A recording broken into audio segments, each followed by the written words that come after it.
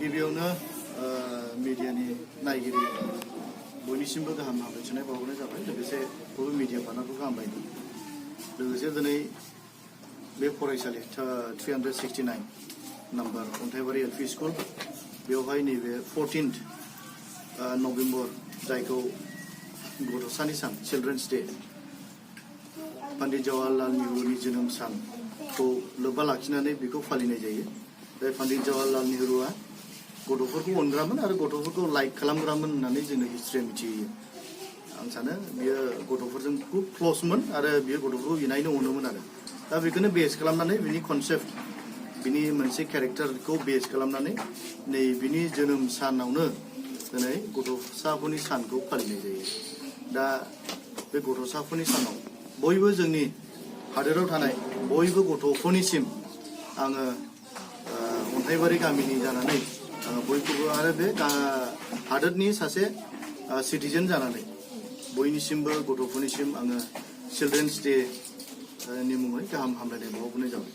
लोगोसे दिनैहाय बे फरायसालियाव फैनानै जों नायनो गोजोननाय मोनदों। लोगोसे बे फरायसालिनि 32 जनसो गथ'साफोर लोगोसे 7सो फोरोंगिरिफोर बे फरायसालियाव दङ।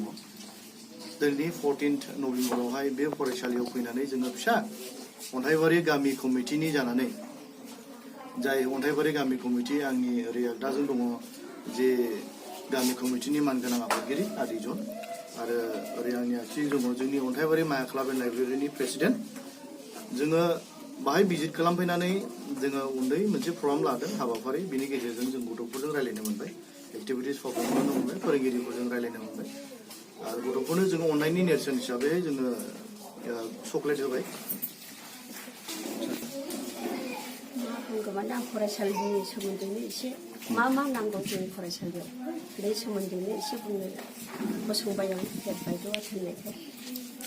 जोंहाथ' दिनैहाय जोंनि फरायसालियाव जोङो चिल्ड्रेन डे गथ'सा सान बे सानखौ फालिथाय माने सावगारिखौ जोङो बसायनानै मान बावनाय जायासै ओरैनो जों सिम्पोलै दिनैनि गथ'सा सानखौ जि फालिनांगौ बायदि खालामनो हायाखै होनब्लाबो एसे एनै जोङो खेला धुला गेलेहोनानै सावगारि आखिहोनानै खन्थाइ आवरायनानै फालिनोसै बिदि सानदों आरो बेबायदिनो खालामबाय।